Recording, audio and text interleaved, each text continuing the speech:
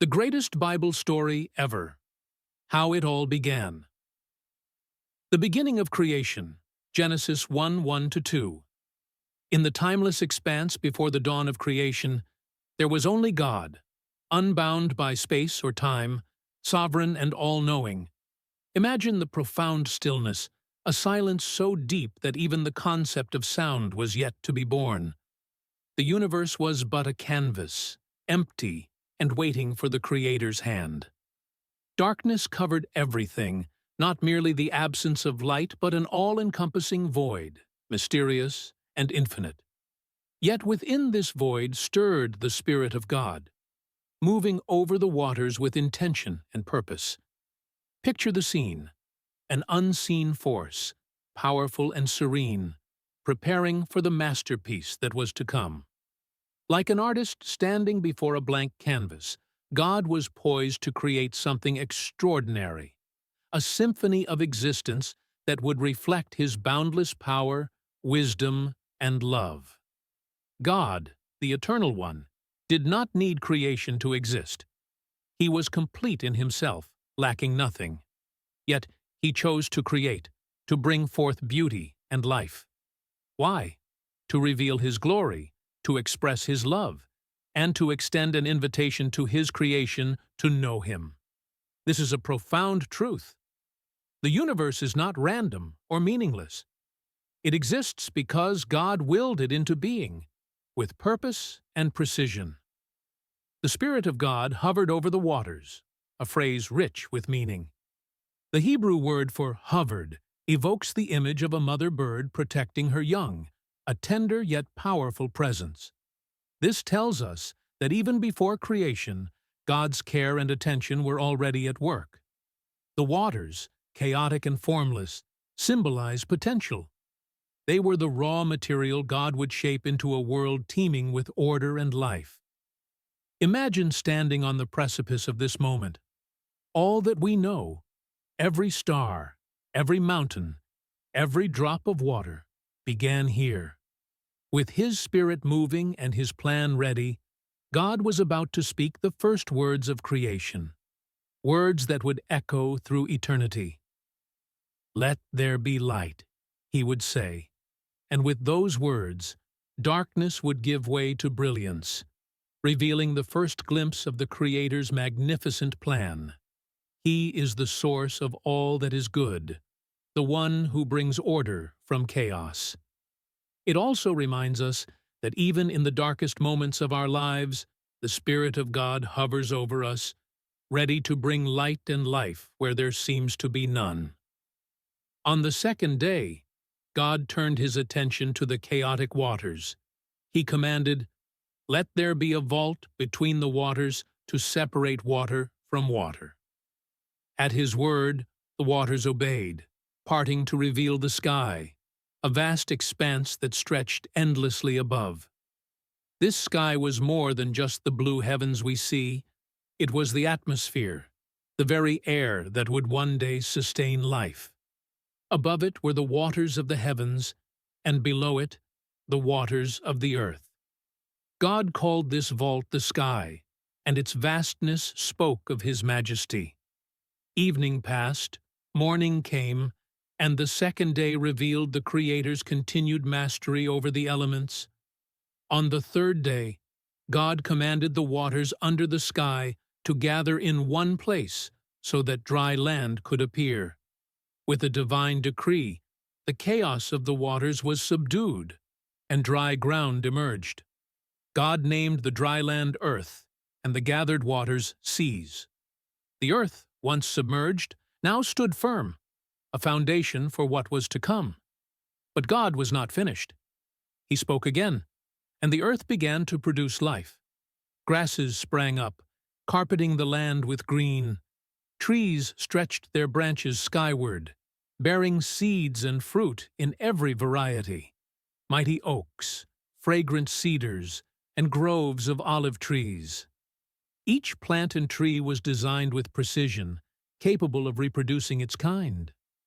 The earth, now alive with color and fragrance, was ready to sustain the life that would soon inhabit it. God saw that it was good. a masterpiece of balance and abundance. On the fourth day, God adorned the heavens with light.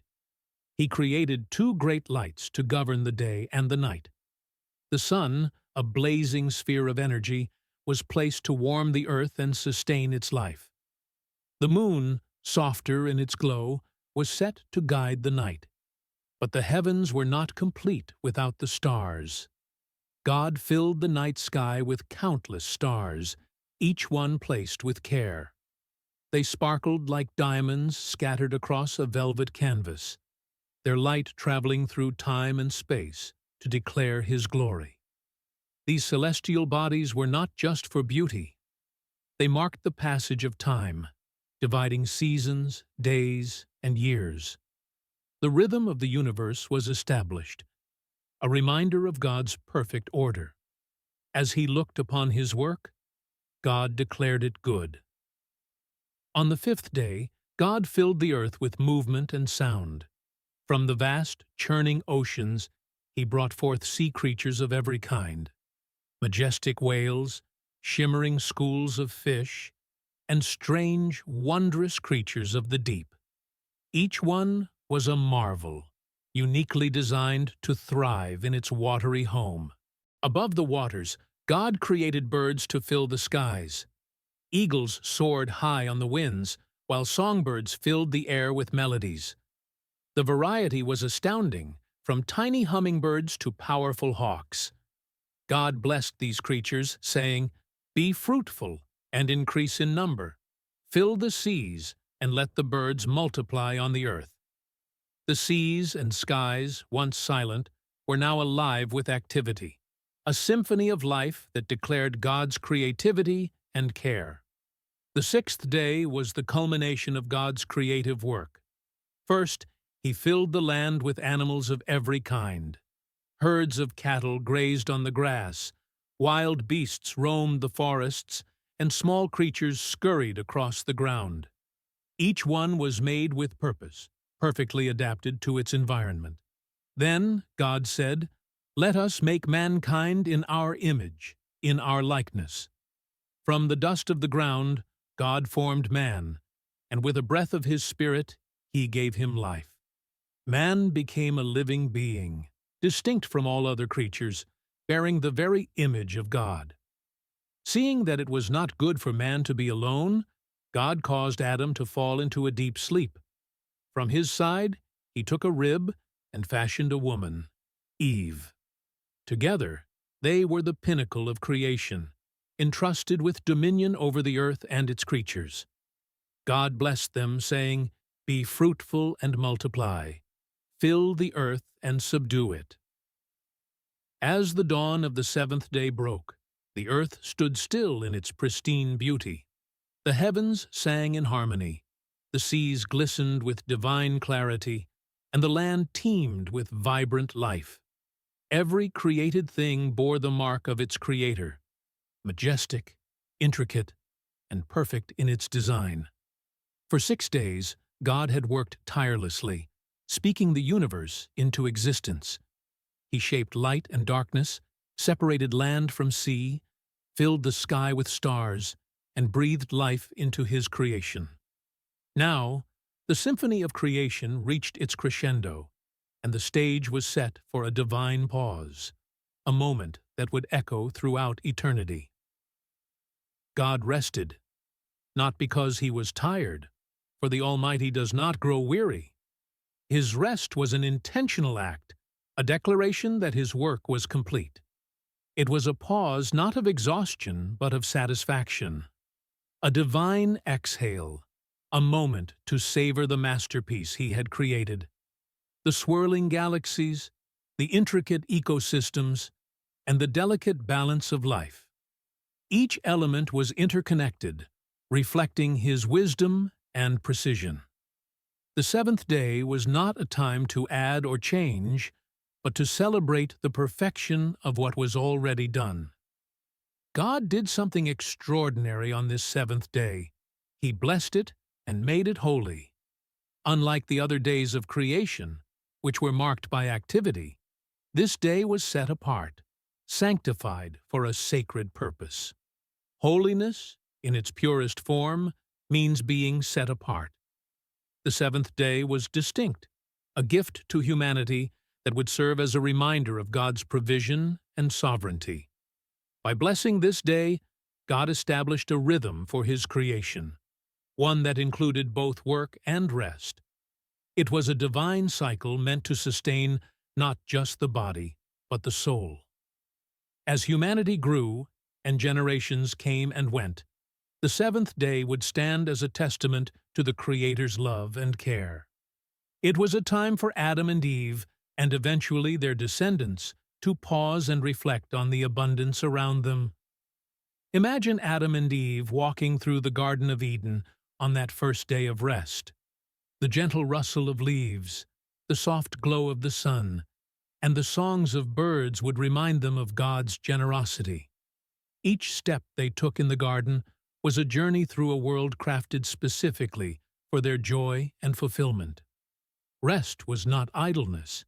It was a time of gratitude, a chance to marvel at the wonders of creation and to commune with the Creator Himself. God's rest on the seventh day established a rhythm, a balance between effort and renewal.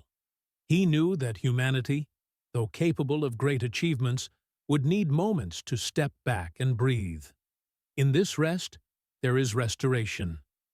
Just as the land benefits from lying fallow, allowing nutrients to replenish, so too do our hearts and minds require rest to be fruitful.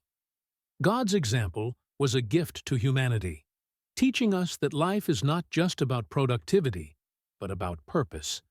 In our fast-paced modern world, this rhythm remains vital. The seventh day calls us to pause, to find joy not in doing but in being. It is an invitation to reconnect with our Creator, our families, and ourselves. The seventh day is not just a conclusion, it is a foreshadowing of eternal rest. Throughout the Bible, this day would take on deeper significance. It became the Sabbath, a covenant between God and His people. It was a reminder that they were not slaves to work, but children of a loving Father who desired their well-being. In the New Testament, the seventh day points us toward Jesus, who offers rest for our souls. "Come to me, all you who are weary and burdened, and I will give you rest," He said. The seventh day is a glimpse of the eternal rest promised to those who trust in Him. A rest free from pain, labor, and sorrow, where we will dwell in His presence forever. Throughout history, the seventh day has been a source of blessing and renewal for those who honor it. In ancient Israel, it was a day of worship, a sacred pause in the week to remember God's goodness. In the lives of believers today, it remains a cornerstone of faith, a weekly reminder of God's provision and grace.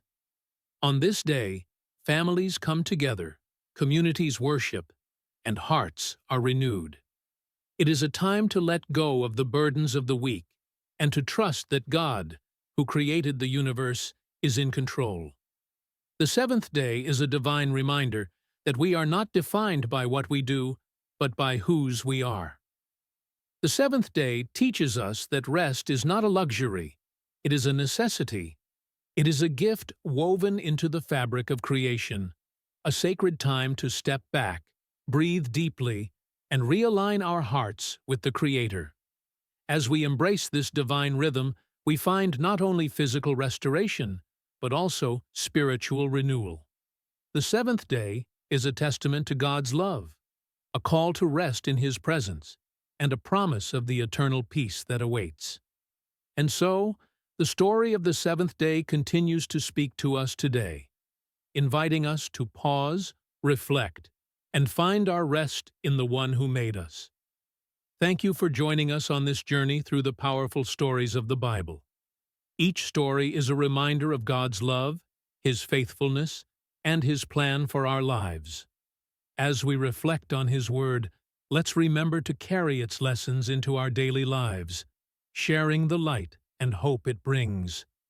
If this story inspired you or brought you closer to God, don't keep it to yourself. Hit that subscribe button so you won't miss any of our upcoming Bible stories and reflections. Give this video a thumbs up if it touched your heart, and share it with friends and family who could use some encouragement today. Together, we can spread the beauty of these divine truths to the world. Thank you for being part of our growing community. Until next time, stay blessed. And remember, you are deeply loved by the Creator.